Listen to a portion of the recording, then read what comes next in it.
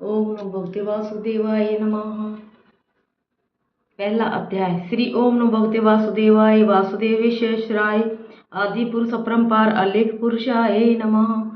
जगत बंधु ज्योति स्वरूप जी की जाननहार हरियस मांगनाय दास प्रभु के द्वार। श्री भगवान जी ने अर्जुन को जो गीता का ज्ञान दिया सो मुझे मिले है वो भंजन। श्री कृष्ण जी से किशोरदास मांगता है, प्रभु गीता ज्ञान उच्चारण करने से तुम्हारी भक्त पूर्ण ब्रह्म को पाते हैं। प्रभु मैं आपके शरण में पड़ा हूँ। किशोरदास और कृष्णदास अति दीन गरीब हैं और आप परम प्रवीण आरब्ध भंजन हो। हे श्री कृष्ण भगवान, तेरे समतुल भक्तों के हेतु मैं ज्ञान भाषा में कहता हूँ।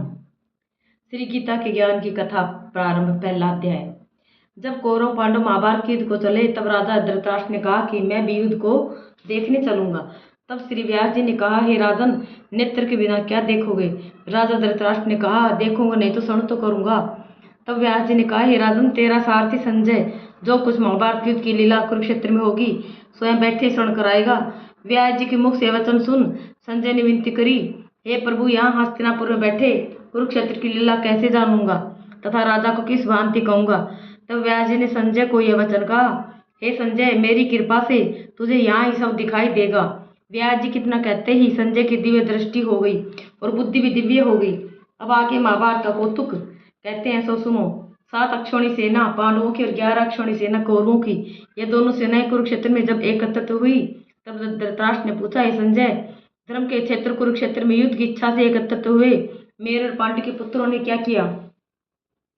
संजय ने कहा, पांडवों की सेना को युद्ध देखकर दुर्योधन आचार्य द्रोण के समीप जाकर कहने लगे, हे आचार्य, देखिए आपके शिष्य बुद्धिमान द्रुपद पुत्र ने पांडवों की बड़ी सेना की कैसी व्यूह रचना की है। इस सेना में अर्जुन, भीम जैसे बड़े बड़े धनुर्धारी वीर, विराट महारथी द्रुपद, दृष्टकेतु, चेकितान, बलवान काशीराज, पूर्वजित, कुंती भोज, नरों में श्रेष्ठ सव्य, पराक्रमी युधामन्यु, बलवान उत्तमोजा, अभिमन्यु और द्रौपदी के पुत्र सबके सब महारथी हैं। हे ब्राह्मण श्रेष्ठ, आपके स्मरणार्थ अब मैं अपनी सेना के प्रधान सेनापतियों के नाम बताता हूँ। आप भीष्म, कर्ण, युद्धविजय, कृपाचार्य, अश्वत्थामा, विकर्ण, सोमदत्त का पुत्र भूरिश्रवा और बहुत से सूरवीर मेरे लिए प्राण तक देने के लिए तैयार हैं। ये लोग शस्त्र चलाने में अति निपुण हैं। हमारी सेना को जिसके विश्व रक्षक हैं अपरिमित बल है और उनकी सेना जिसकी भीम रक्षक हैं थोड़ा बल है।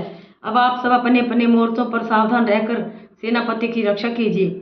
भीष्म पिता ने दुर्योधन को प्रसन्न करते हुए और ऊंचे स्वर से गरजते हुए शंख बजाया। फिर वहां चारों ओर शंख, नगाड़े, ढोल, गोमुख आदि बाजे बजने लगे, जिनका बड़ा भयंकर शब्द हुआ। जिसके अनंतर श्री कृष्ण और पांडव अर्जुन ने दिव्य शंखों को बजाया। श्री कृष्ण ने 5 जन्य और अर्जुन ने भी देवदत्त नामक शंख को और भीषम कर्म करने वाले भीम ने पौंड्रक नामक बड़े शंख को बजाया। कुंती पुत्र राजा युधिष्ठिर ने अनंत विजय, नकुल ने सुघोष और सहदेव ने मणिपुष्पक और धनुर्धर काशीराज, शिखंडी, धृष्टद्युम्न, विराट, अपराजित सात्यकी, राजा द्रुपद और द्रौपदी के 5 पुत्र और महाभाव अभिमन्यु, इन सब वीरों ने अपने अपने शंखों को बजाया। उन शंखों के भारी शब्द से आकाश और पृथ्वी गूंज उठे और धृतराष्ट्र के पुत्रों के हृदय कांप उठे। हे राजन, अर्जुन ने कौरवों को युद्ध के लिए प्रस्तुत देखकर धनुष उठाकर श्री कृष्ण से कहा कि हे अच्युत, मेरा रथ दोनों सेनाओं के बीच में खड़ा कीजिए, जिससे मैं युद्ध करने वालों को देख लूं कि इस रणभूमि में मुझे किन किन के साथ युद्ध करना चाहिए। दुर्बुद्धि दुर्योधन ने प्रीति करने वाले जो युद्ध के लिए यहाँ एकत्रित हुए हैं उनको देखूंगा। संजय ने कहा, हे राजन, अर्जुन की बात सुनकर श्री कृष्ण ने भीष्म, द्रोण आदि वीरों के सामने उत्तम रथ को खड़ा करके कहा कि हे वीर, युद्ध के लिए उद्यत इन कौरवों को देख लो। अर्जुन ने चाचा, बाबा, गुरु, मामा, भाई, पुत्र, पौत्र, मित्र, ससुर और सज्जनों को शस्त्रों से सुसज्जित खड़े देखा और उसने इन दोनों सेनाओं में अपने सब बांधुओं को देखकर परम दरिद्र हुए यह वचन कहे, हे कृष्ण, युद्ध की इच्छा से आए हुए इन अपने बंधुओं को देख मेरे अंग ढीले होते जाते हैं और मुख सूखा जा रहा है, मेरा शरीर विकल होता है, गांडीव हाथ से गिरा जाता है। हे केशव, मुझ में यहाँ खड़े रहने की सामर्थ्य नहीं है और सब लक्षण मैं उल्टे ही देख रहा हूँ और संग्राम में अपने स्वजनों का वध करके कोई लाभ नहीं होगा। हे कृष्ण, मैं जीत, राज्य और सुख भी नहीं चाहता हूँ। हे प्रभु, हमको राज्य भोग तथा जीवन से क्या काम है, क्योंकि जिनके लिए राज्य भोग और सुख की इच्छा की जाती है वे सभी युद्ध में प्राण और धन की इच्छा छोड़ मरने को तैयार हैं। और आचार्य, पिता, पुत्र, पितामह, माता, ससुर, पौत्र, साले और संबंधी ये सब मुझे मारे तो भी हे मधुसूदन, मैंने मारने की इच्छा नहीं करूंगा।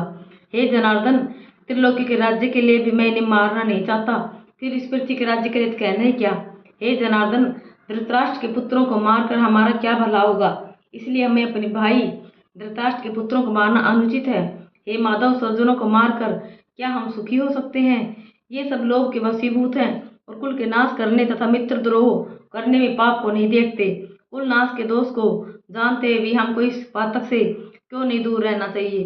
कुल का नाश होने से कुल के प्राचीन धर्म नष्ट हो जाते हैं, फिर धर्म नाश होने से कुल में पाप बढ़ता है।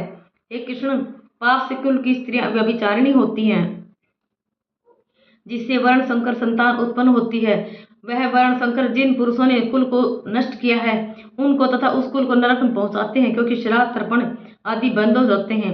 वर्ण संकर बनाने वाले दोषों से कुल ध्वंसकों के जाति धर्म और कुल धर्म निरंतर नाश होते हैं। हे जनार्दन, मैंने बराबर सुना है कि कुल धर्म नष्ट होने से निश्चय नरकवास करना होता है। हाय, हम बड़ा पातक करने को तैयार हैं, जो राज्य सुख के लोभ से सौजनों को मारने की कोशिश कर रहे हैं। शस्त्रों को धारण किए हुए धृतराष्ट्र के पुत्र यदि मुझे शस्त्र रहित और उपायहीन को रणभूमि में वध कर डाले तो मेरा बहुत कल्याण हो। संजय ने कहा, हे राजन, यह कहकर दुखित होकर अर्जुन ने धनुष बाण फेंक दिया और रथ के पिछले भाग में जा बैठा। इति श्रीमद्भागवत गीता सुपनिषदसु ब्रह्म विद्या योग शास्त्रे श्री कृष्ण अर्जुन संवादे विषाद योगी नाम प्रथमो अध्याय। पहले अध्याय का महात्म्य। एक समय पार्थी ने पूछा, हे महादेव जी, किस ज्ञान के बल से आपको संसार के लोग शिव कहकर पूजते हैं। मृगशाला ओढ़े, अंगों में शमशानों की विभूति लगाए, गले में सर्प और मुंडों की माला पहन रहे हो, इनमें तो कोई पवित्र नहीं, फिर आप किस ज्ञान से पवित्र हो, वह आप कृपा कर कहिए। श्री महादेव जी बोले, हे प्रिय, सुनो, गीता ज्ञान को हृदय में धारण करने से मैं पवित्र हूँ और उस ज्ञान से मुझे बाहर के कर्म व्याप्त नहीं। तब पार्थी ने कहा, हे भगवान, जिस गीता ज्ञान की आप ऐसी स्तुति करते हैं उसके श्रवण करने से कोई कृतार्थ भी हुआ है। तब महादेव जी ने कहा, इस ज्ञान को सुनकर बहुत जीव कृतार्थ हुए हैं और आगे भी होंगे। मैं तुझको एक पुरातन कथा कहता हूँ, तू सुनकर। एक समय पाताल लोक में शेषनाग की शैया पर श्री नारायण जी नयन मूंदकर अपने आनंद में मगन थे। उस समय भगवान के चरण दबाती हुई श्री लक्ष्मी जी ने पूछा, हे प्रभु, निद्रा और आलस्य उन पुरुषों को व्याप्त है जो जीव तामसी हैं, फिर आप तो तीनों गुणों से अतीत हो, आप जो नेत्र मूंद रहे हो, यह मुझको बड़ा आश्चर्य है। श्री नारायण जी बोले, हे लक्ष्मी, मुझको निद्रा आलस्य नहीं व्यापता। एक शब्द रूप जो भगवत गीता है उसमें जो ज्ञान है उसके आनंद में मगन रहता हूँ।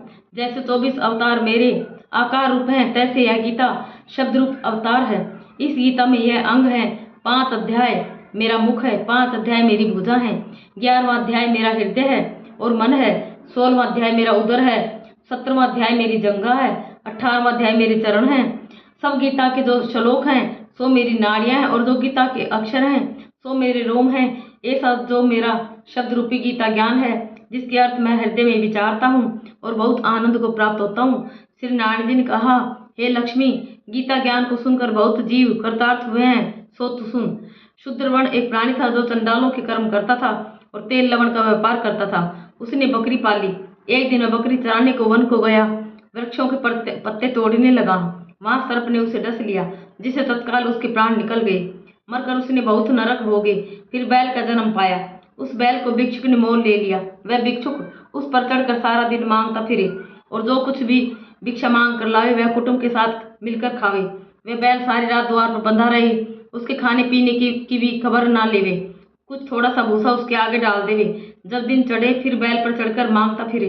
कई दिन गुजरे तो बैल भूख का मारा गिर पड़ा और उसके प्राण ना छूटे। नगर के लोग देखा करे, कोई तीर्थ का फल दे, कोई व्रत का फल दे, पर उस बैल के प्राण नहीं छूटे। एक दिन गणिका आई, उसने मनुष्य से पूछा, यह भीड़ कैसी है? तो उन्होंने कहा, इसके प्राण जाते नहीं, अनेक पुण्य का फल दे रहे हैं तो भी इसकी मुक्ति नहीं होती। तब गणिका ने कहा, मैंने जो किया है उसका फल इस बैल के निमित्त दिया। इतना कहते बैल की मुक्ति हुई। तब बैल ने एक ब्राह्मण के घर में जन्म लिया। पिता ने इसका नाम सुशर्मा रखा। जब बड़ा हुआ तो पिता ने इसको पढ़ाया। तब उसको पिछले जन्म की सुधि रही थी। इसने एक दिन मन में विचार किया, जिस गणिका ने मुझे बैल की योनि से छुड़ाया था उसका दर्शन करूं। विप्र चलता चलता गणिका के घर गया और कहा, तू मुझे पहचानती है? गणिका ने कहा, मैं नहीं पहचानती, तू कौन है? तेरी मेरी क्या पहचान है? तू विप्र और मैं वैश्या। तो विप्र ने कहा, मैं वही बैल हूँ जिसको तुमने अपना पुण्य दिया था, तब मैं बैल की योनि से छूटा था। अब मैंने विप्र के घर जन्म लिया है, तो अपना वह पुण्य बता। गणिका ने कहा, मैंने अपने जाने कोई पुण्य नहीं किया, पर मेरे घर एक तोता है, वह कुछ पढ़ता है, मैं उसके वाक्य सुनती हूँ। उस पुण्य का फल मैंने तेरे निमित्त दिया था। तो विप्र ने तोते से पूछा कि तू सवेरे क्या पढ़ता है? तोते ने कहा, मैं पिछले जन्म में विप्र का पुत्र था। पिता ने मुझे गीता के पहले अध्याय का पाठ सिखाया था। एक दिन मैंने गुरुजी से कहा, मुझको तुमने क्या पढ़ाया? तब गुरुजी ने मुझे शाप दिया कि तू सूआ हो जा। तब मैं सूआ हुआ। एक दिन फंदक मुझे पकड़ कर ले गए। एक विप्र ने मुझे मोल लिया। वह विप्र भी अपने पुत्र को गीता का पाठ सिखाता था। तब मैंने भी वही पाठ सीख लिया। एक दिन विप्र के घर चोर घुस पड़े। उनको धन प्राप्त न हुआ तो पिंजड़ा उठा के ले गए। उन चोरों की गणिका मित्र थी, मुझे इसके पास ले आए, सो मैं नित्य गीता जी के पहले अध्याय का पाठ करता हूँ। वही यह गणिका सुनती है, पर इस गणिका की समझ में नहीं आता। जो मैं पढ़ता हूँ वही पुण्य तेरे निमित्त दिया था। सो हे लक्ष्मी, गणिका ने भी भले काम ग्रहण किए, नित्य प्रति स्नान करे और गीता के पहले अध्याय का पाठ करे, इससे उसकी मुक्ति हुई। श्री नारायण ने कहा, लक्ष्मी, जो कोई अजान कर भी गीता का पाठ करे या श्रवण करे, उसको भी मुक्ति मिलेगी। ओम नमो भगवते वासुदेवाय नमः।